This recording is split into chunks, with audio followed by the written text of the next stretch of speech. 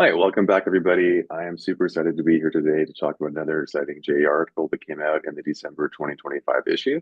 So I'm joined today by Andrea Flynn. Thank you so much for being on, Andrea. Thank you, Colin. I'm excited to be here. Awesome. Thank you. And we'll be talking about her article that she has co-authored with Kathleen Seiders from Boston College, and it's titled "The Influence of Perceived Truth of Campaign Messages on Vote Choice.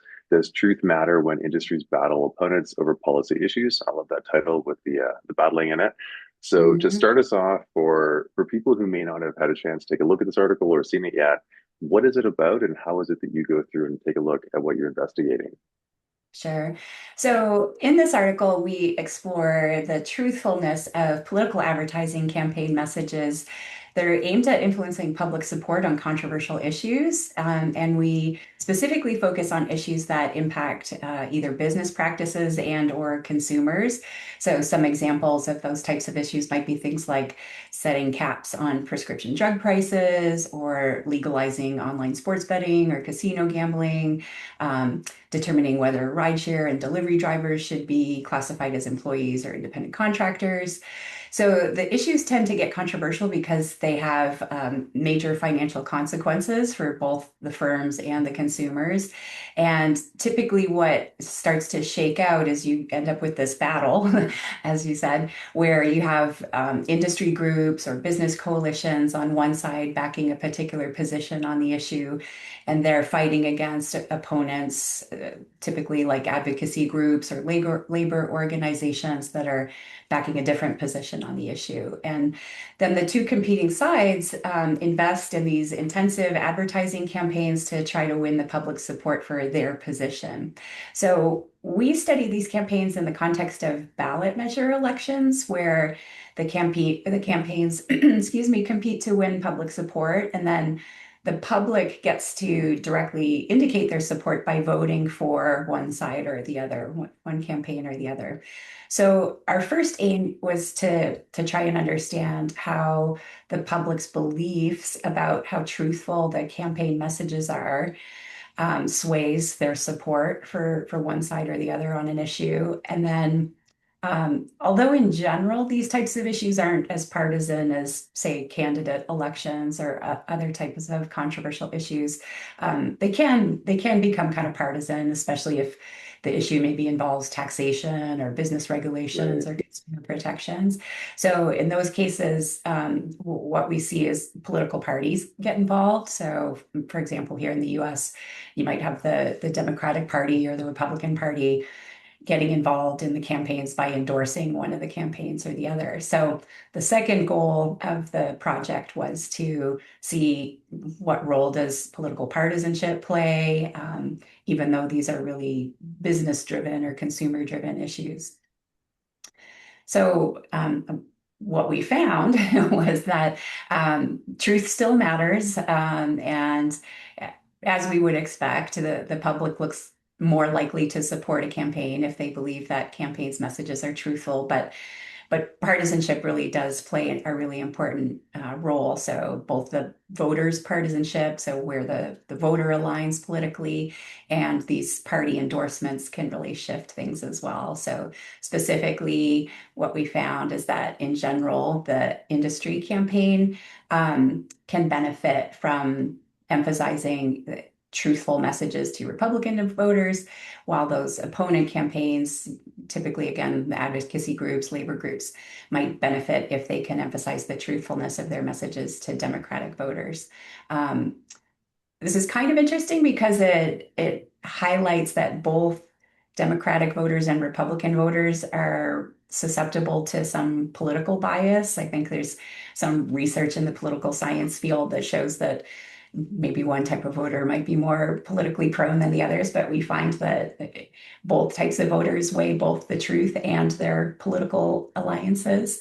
And then the party endorsements really can kind of further mix things up. So, um, especially when one party or the other endorses the industry's campaign, the industry side's campaign on the issue. So, for example, let's say the Republican Party endorses the industry side.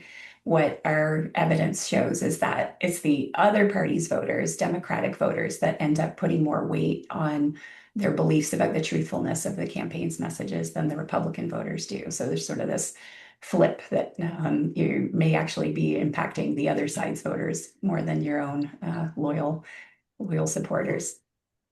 That's interesting. Okay, so truth matters, and the political party endorsement matters as well too. Okay, cool. And I'm curious as well too.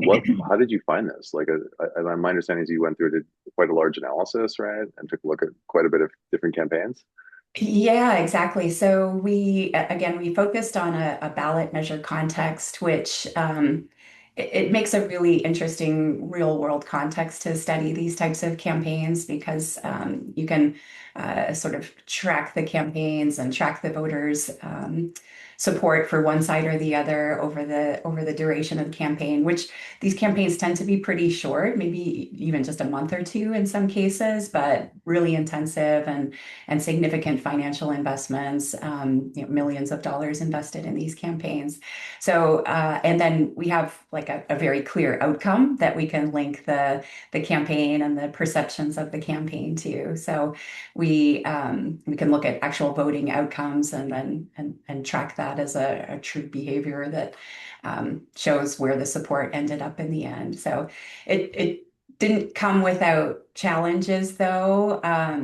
In particular, when focusing on these ballot measure settings, they only happen here in the U.S. every 2 years. So, Mm, looking to put together a pool of evidence for different issues, you got to do the best that you can in a particular election, and then wait for a couple years to give it another go. You have to sort of manage the timing of things really carefully, and we used a survey approach to survey actual voters, focusing here in California, and getting the survey out ahead of the election and then following up right after the election. So it did come with its challenges, but overall, I think presented a really nice context to study the campaigns. mm. Yeah, no, it sounds like it was a lot of data collection, I guess, looking at the campaigns, then also those surveys, and also this time as well too, just waiting to kind of go through and collect this data over quite a long time period. Yeah. Exactly. Yeah. For each of the elections, so the data we included in this study in the JAR article spanned two different election years. And in each case, we surveyed voters before the election and then followed up right after the election, so that recontact strategy to link kind of perceptions before the campaign and then perceptions after the campaign, along with how they voted. Again, challenging, but gave us a nice, rich, robust way to connect the dots. Yeah, that's quite interesting. And again, tons of money being spent on these different campaigns as well. So very relevant for advertisers.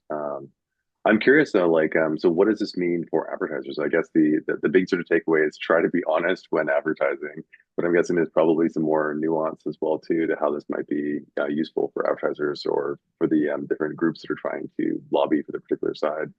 Yeah, exactly. So yeah, the top line takeaway kind of isn't too controversial.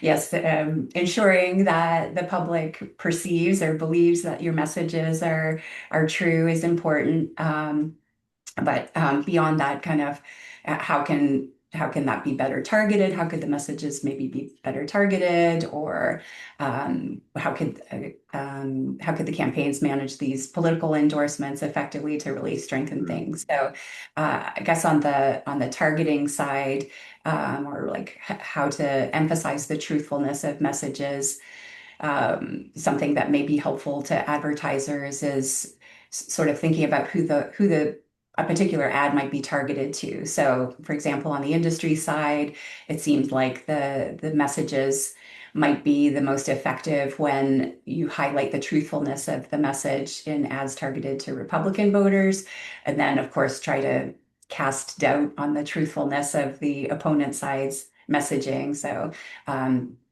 casting doubt on or questioning the truthfulness of the messages used by the opponent side when you're messaging to Democratic voters. And then sort of the flip side is true if you're on the advocacy group or labor group opposing side, it may be more effective to emphasize the truthfulness of those campaign messages to Democratic voters.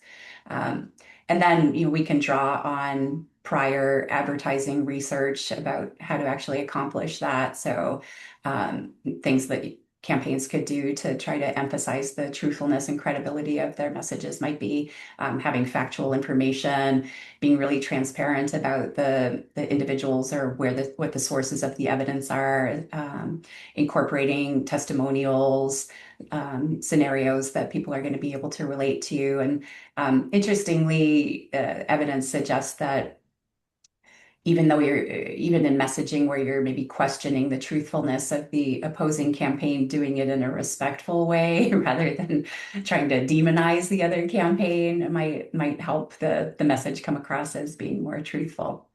And then on the endorsement side, um, the endorsements really mattered most for the industry campaign, so the industry or business coalition campaign. And I think I mentioned, but we find this flip in a way that, uh, in particular, if the Republican Party has endorsed the industry's campaign, if that campaign can convince Democratic voters that its messages are truthful, it can actually win over those Democratic voters that normally would be kind of probably aligning with the opposing campaign. As an example of where we saw this happen here in California back in 2020, Proposition 22 was about how app-based drivers, delivery and rideshare drivers should be defined. Should they be employees or independent contractors? And the industry side, the Uber and Lyft and DoorDash and Instacart, their campaign advertising really did an effective job of using factual information. They cited studies that had or evidence they had that 12,000 drivers had signed up to indicate that they preferred to be independent contractors. And so that messaging that voters, including Democratic voters, believed to be true, ended up helping the industry side win that particular battle, even though the Republican Party was the party that had endorsed the campaign. That's interesting. Yeah. So the truth really does, not just like persuade people, but also persuades people, especially on the opposing side in this case. Yeah. Yeah, if it's done right, you can even win over the opposing side. Yeah, let's hope it plays out in our future elections as well, too. Fingers crossed. Yeah.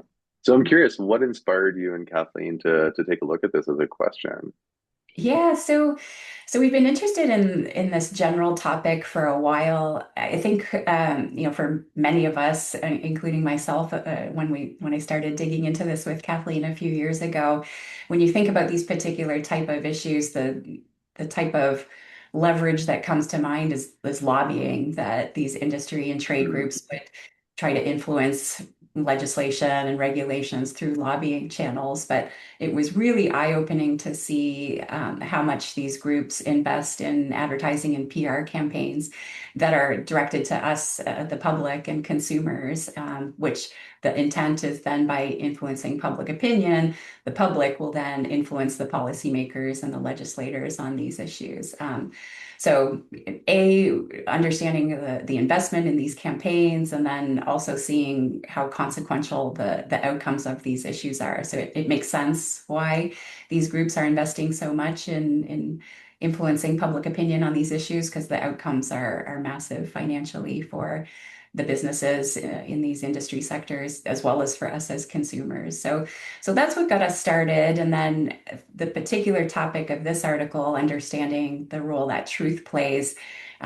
We know we're living in a post-truth era now where the role of truth has been diminished, and a lot of times it feels like we're just, as the public, kind of have to throw up our hands and accept that a lot of what we're fed is misinformation or disinformation.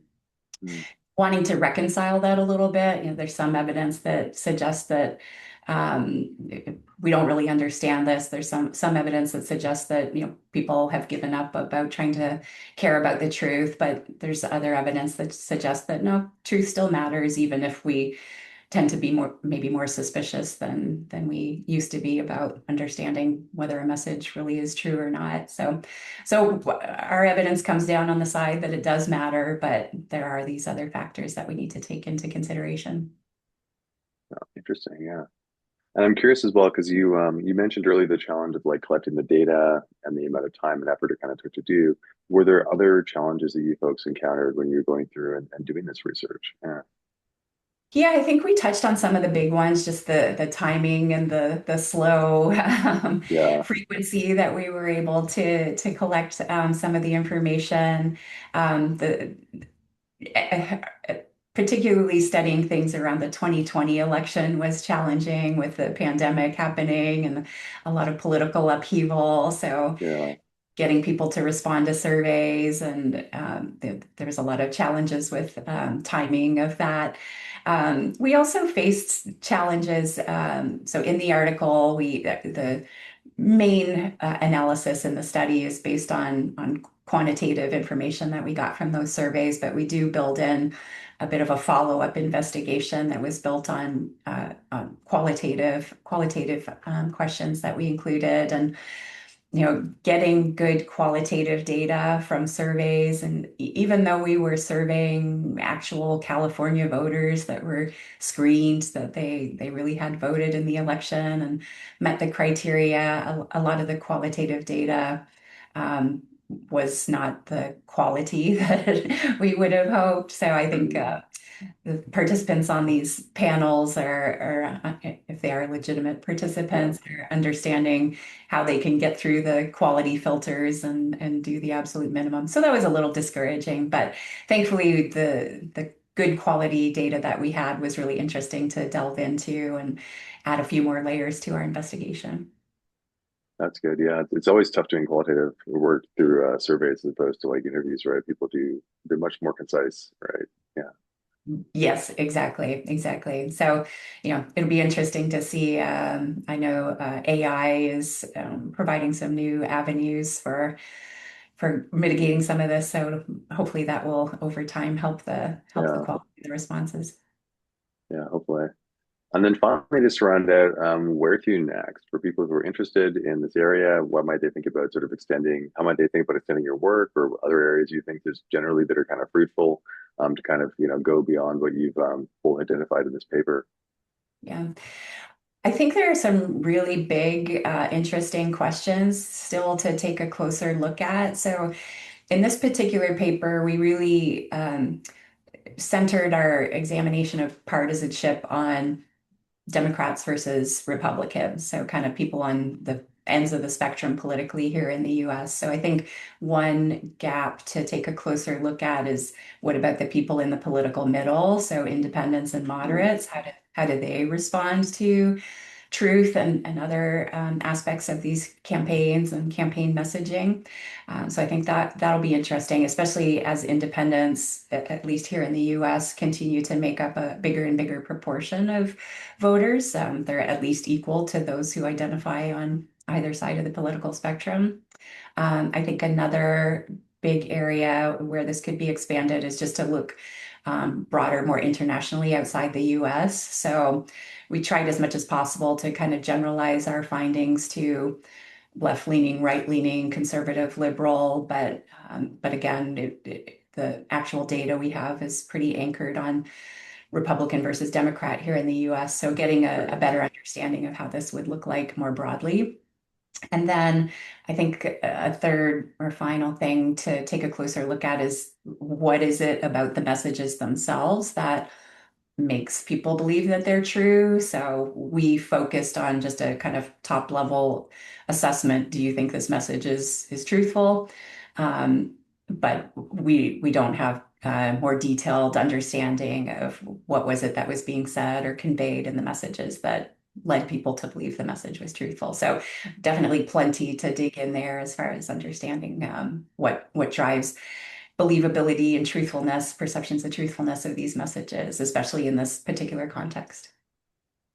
Yeah, it's a very important point you bring up too, right? Because it's the perception, right? It could be that Yeah. the actual truth is very different, but people still believe it and think it's true.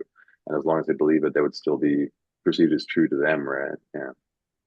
Exactly. It's a question that we didn't try to parse out. We used messages that had been used in the actual campaigns for the issues we studied, but we didn't try to gauge whether what people believed was true aligned with what was objectively true in the messages or not. So yeah, looking at that gap is interesting as well.